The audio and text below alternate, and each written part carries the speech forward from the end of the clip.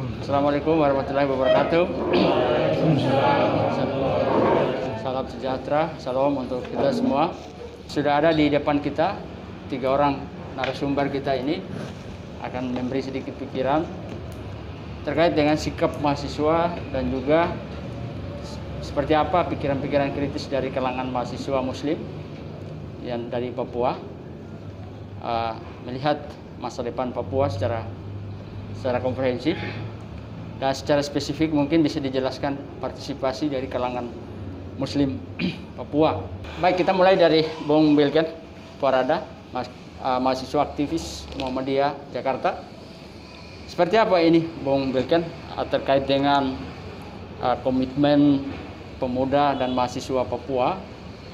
Khususnya kita sedikit lebih spesifik bicara soal Otsus Papua Jilid 2, di mana ada juga yang pro, ada juga yang kontra, dan bisa dijelaskan, silakan. Oke, baik. Assalamualaikum warahmatullahi wabarakatuh. Salam, selamat sore untuk kita semua. Perkenalkan, nama saya Sabil Rosadi Puarada,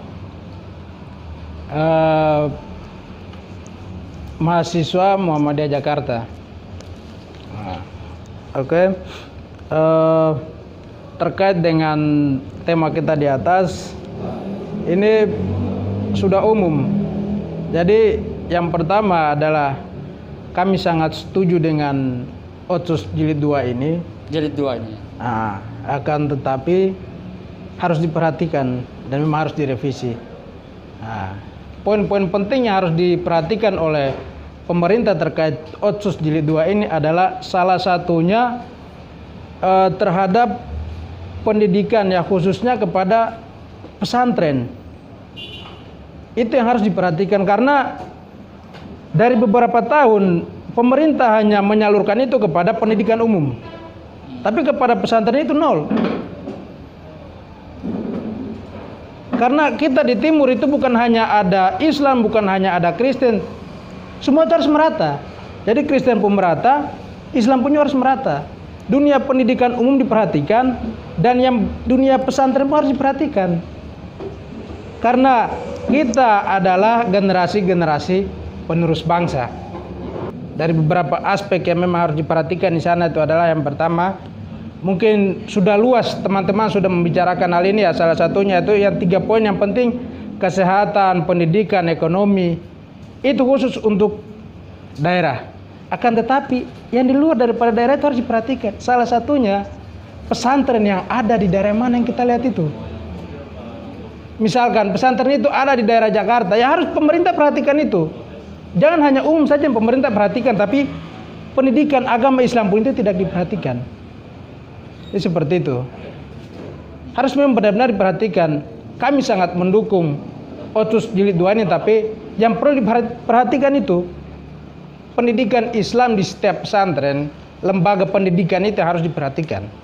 Yang kita selama ini melihat dari pemerintah daerah itu hanya melihat kepada teman-teman yang memang mereka mendapatkan beasiswa full dari Pemda, sedangkan kita yang hari ini saat ini kuliah di luar dari beasiswa daerah, kita cuman ditinggalkan begitu saja. Kita tapi tidak lumayan banyak juga berarti ya. Banyak. Kami ditinggalkan, cuman mereka lihat yang memang anak-anak yang mendapatkan beasiswa dari daerah tersebut. Dari kami minta kepada pemerintah daerah agar nanti kedepannya Otsus Jilid 2 dilanjutkan. Mohon supaya dibenahi apa yang sudah dibenahi kedepannya, sehingga pendidikan itu bisa merata ke seluruh pelosok-pelosok tanah Papua. Silakan. Oke. Harapan kami ya Otsus Jilid 2 tetap dilanjutkan, tapi pemerintah harus memperhatikan lembaga pendidikan itu. Apa-apa saja yang harus diperhatikan. Salah satunya adalah sarana dan prasarana lembaga pendidikan Islam itu. Ya. Harus diperhatikan. Karena sampai saat ini lembaga pendidikan Islam itu seakan-akan pemerintah itu menutup mata.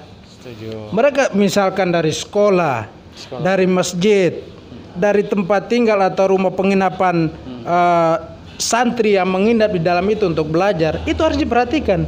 Sarana dan prasarana itu harus diperhatikan.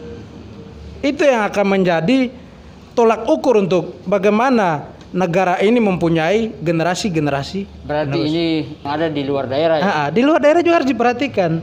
Jangan alamnya saja yang diambil tapi orang-orangnya tidak diperhatikan. Sayang sekali tuh. Ya, setuju. Karena kembali lagi ke lembaga pendidikan Islam itu memang harus diperhatikan. Setuju. Saya melihat bahwa khusus di daerah yang di daerah di luar Papua, yaitu di daerah Jawa, untuk pesantren seperti yang Bang Bilken tadi katakan, bahwa yang perlu diperhatikan adalah sarana dan prasarana. Ini sangat kurang sekali.